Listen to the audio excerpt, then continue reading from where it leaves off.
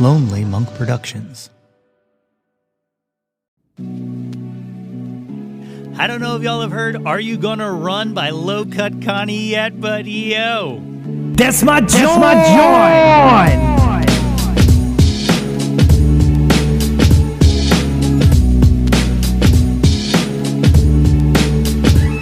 Hey, yo, What's good, friends and family, neighbors near and far? Welcome to an all-new episode of the Yo, That's My Jawn podcast. The podcast, website, brand, movement, way of life dedicated to the embrace and championing of your passions. I am your host, Nate Runkle, a.k.a. Johnny Come Storyteller, a.k.a. Nate 3.0, back at it again with yet another episode of the podcast. As always, I hope this podcast finds you all in good health and in good spirits. On today's episode, I am joined by, well, no one. It's just little old me today.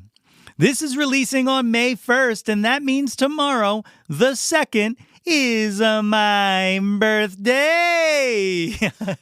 Let us bask in the cleverness of me. No, like I said in the last episode, I have a very stacked week this week, so I just wanted to drop in here and chat a bit about my Risk appearance and, give you a little background on how it came to be, how it went, and that sort of thing. But before we dig into that, if you have not done so already, please be sure to visit www.yothat'smyjawn.com and sign on up for the mailing list. Of course, follow us on the socials at Yo That's My Jawn as well. I do believe that with this episode, we're going to be returning to our every other week release schedule. So unless something pops up that is required to be expedited to hit a release date or a specific show or something like that, you will get this episode. And then the very next one is scheduled to drop on May 15th. But the best way to stay on top of all of this is to follow the socials at Yo That's My Jawn and sign up for the mailing list on www.yothat'smyjawn.com. All right, so this past Thursday was the big Risk storytelling show at Caveat in New York City that I've been promoting for quite some time now. And guys, it went incredible. So I thought it would be neat to discuss what all brought me to that moment that I walked through the curtains to take the stage and share such an incredibly personal story. While I was in high school, I was a fan of Black Flag and the Rollins Band, but more importantly, I was a fan of Henry Rollins. And what solidified that for me was the 1990 spoken word release, Live at McCabe's. I had never heard anything like it. It wasn't spoken word as I had known it to be, that kind of beat poetry where people add inflections to words that aren't natural and they sometimes pause. At times, when pauses aren't necessary. Yeah, that kind of thing. It wasn't that, but it was still crafted. Words were mapped and placed intentionally and used purposefully. It was storytelling as an art form. It had the energy of stand-up, but it wasn't just about jokes, even if it could be incredibly funny. Now, obviously, Henry Rollins did not invent the art of storytelling, but this was my first time experiencing it in a way that woke something up in me. I've always wanted to be on stage, always. I loved acting, I loved singing, I loved playing music, but this felt like a completely new avenue to explore, to scratch that lifelong itch of all eyes on me, let me entertain you or die trying. I listened to it over and over and over, and I sought out all of Henry's other spoken word discs, and I pored over those. I became more of a fan of Henry Rollins, the raconteur, than I was of Henry Rollins, musician. And then shortly after this, I saw Clerks for the first time. I remember sitting at my friend Keith's house wanting to watch Menace to Society again for, the 10 millionth time, and my buddy Joe bringing over this VHS tape that he rented of some independent movie that his brother saw in the theater in its limited release, and he said we were going to love it. And I'm going to be 100% honest here, we did not even give it a chance. Get that shit out of here, man. I want to watch O-Dog. But eventually, we acquiesced. And I realized just how stupid I was to delay watching what was about to be the film that would forever change my life. I sat in awe watching Randall and Dante talk about Star Wars while they worked a shit job and kept themselves sane by mocking the customers on the other side of the register. And I became obsessed with it. I wanted to know more, not just about the film, but the guy who made it. And so I started reading about this guy, Kevin Smith, and how he made this film by selling his comic book collection and maxing out his credit cards. And it was like, holy shit, this dude is one of us. And it felt like seeing one of our own make it. So come to find out, this guy has something called a message board or something on this new thing called the internet. And he chats with people on it and answers questions. And so I start hanging out on this board. But then he starts putting on screenings and events for board members. And I start going to them. And then the magic of the events wasn't getting to see the films on the big screen. No, the main draw became the Q&As and the behind-the-scenes stories that he would give before and after the films. And this, too, became his favorite part of these things as well. So he found his way to the college circuit just telling stories. And that birthed 2002's An Evening with Kevin Smith, a 2-DVD collection of Kevin telling stories that exposed to the world his gift of weaving a tale. And here, yet again, I saw something that I longed to do. Stand on stage and share the stories of the places I've been and the things I've seen. You know, it wasn't too long after that podcasting came on the scene. Kevin, of course, was an early adapter, along with Mark Maron and a whole host of other creators and creatives that I followed. It probably doesn't come as a shock, but I was an early podcast listener. Shows like Smodcast and WTF, obviously, but also recap and rebroadcast shows like Countdown with Keith Olbermann and This American Life. They kept me entertained on the train or while I was working my day job. I even started my own show with my pals Ryan and Randy called the BFFs OMG LOL Good Ass Podcast. And guys, don't Google that. You won't find any. But I loved podcasting. I loved it as a space where people could talk and have these longer conversations, unlike the short blips found on the talk show circuits or the panel shows and stuff. And it was around this time that I randomly got this Facebook friend request from Kevin Allison. I mentioned it on here before when he came on the show, but I was obsessed with MTV's The State, which, of course, he was part of. So when that friend request came through, I thought, there is no fucking way this is real. But, of course, I accepted it, and come to find out, it was real. And he was starting a new podcast. It was called Risk, and it was going to be a storytelling podcast where he and others told stories that people wouldn't normally share in public.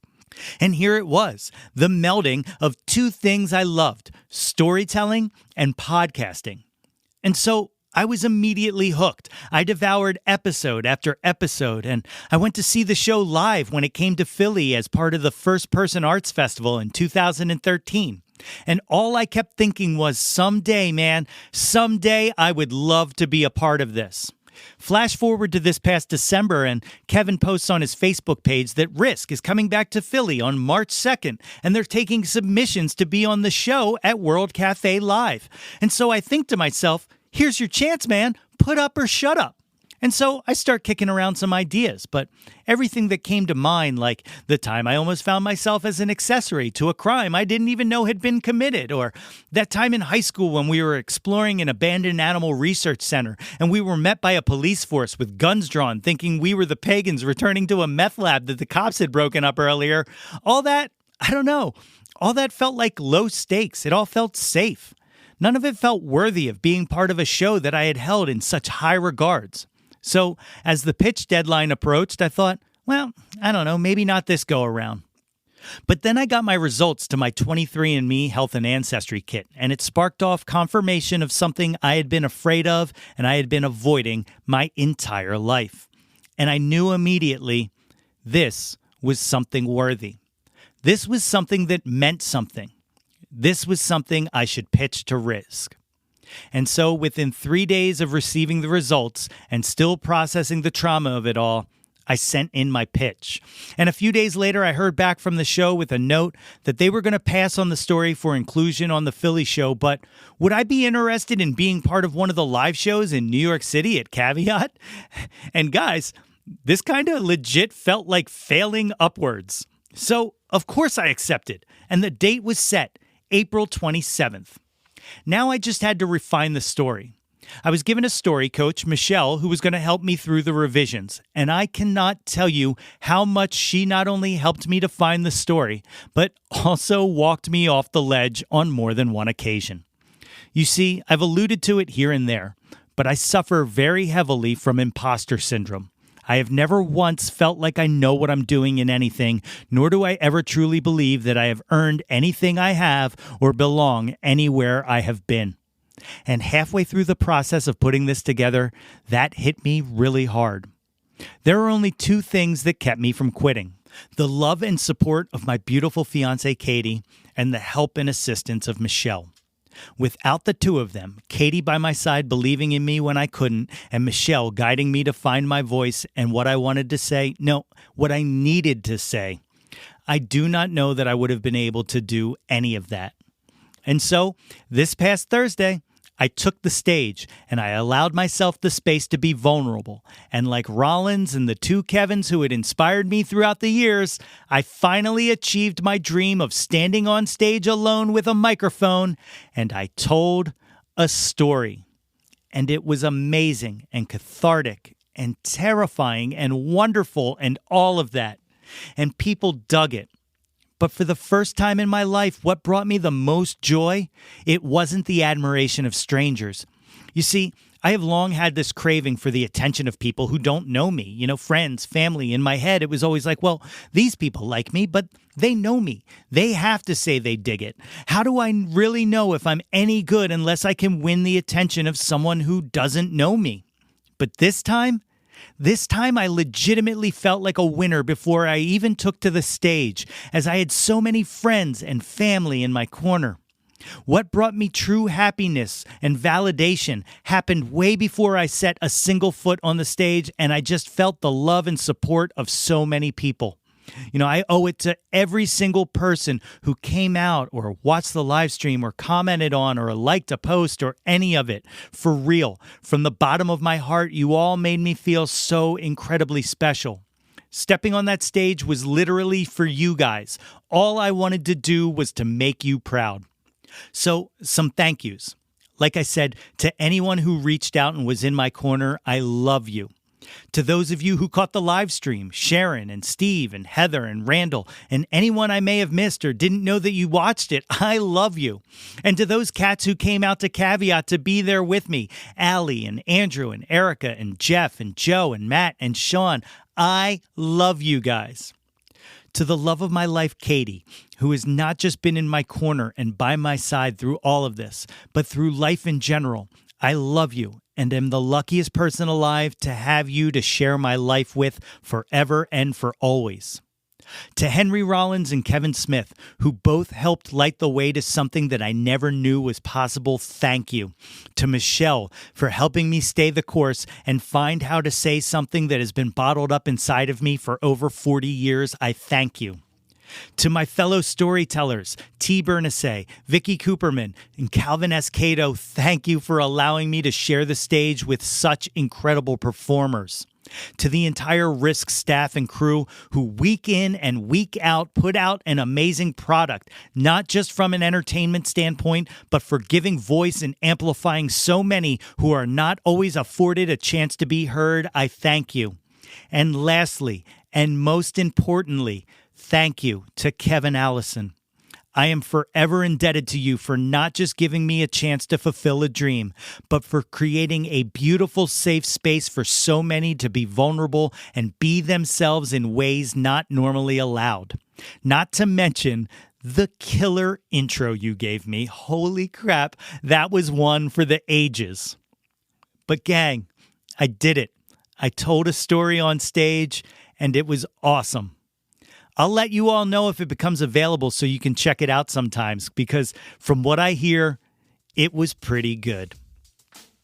If you haven't done so already, please be sure to subscribe to the Yo, That's My Jawn podcast wherever you get your podcasts from. And gang, it is never too late to get yourself a super awesome Jawn Scout merit badge for citizenship of the world just by rating and reviewing us. Don't forget to visit www.yothat'smyjawn.com for articles, merchandise, and links to all of the previous episodes of this podcast. And while you are there, please be sure to sign up for our mailing list to get all of the updates delivered straight to your inbox.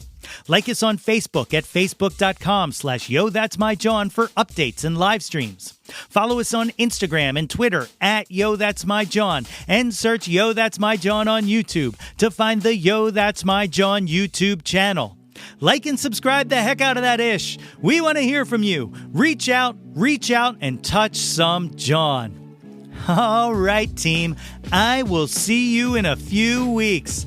Blue skies. Until next time, everybody. Hey yo, displace the guilt and embrace the pleasure. Your taste in music doesn't have... Yo, That's My Jawn is a Lonely Monk production written and produced by yours truly, Nate Runkle. Theme song by Phil Tyler Music featuring Nate 3.0. Special thanks to Fox Run Brands, DX Ferris, Andrew Scott, Natalie Runkle, and the incredibly brilliant and wickedly stunning Katie Daubney. If you or anyone you know has any ideas they would like to share or any guests they would like to hear on the podcast, please feel free to reach out to us at yothat'smyjawn@gmail.com. Or you can leave an audio message for us and possibly hear yourself on a future episode by visiting anchor.fm/YTMJ/message. Until next time, be sure to displace the guilt and embrace the pleasure and shout to the world, Yo, that's my Jawn.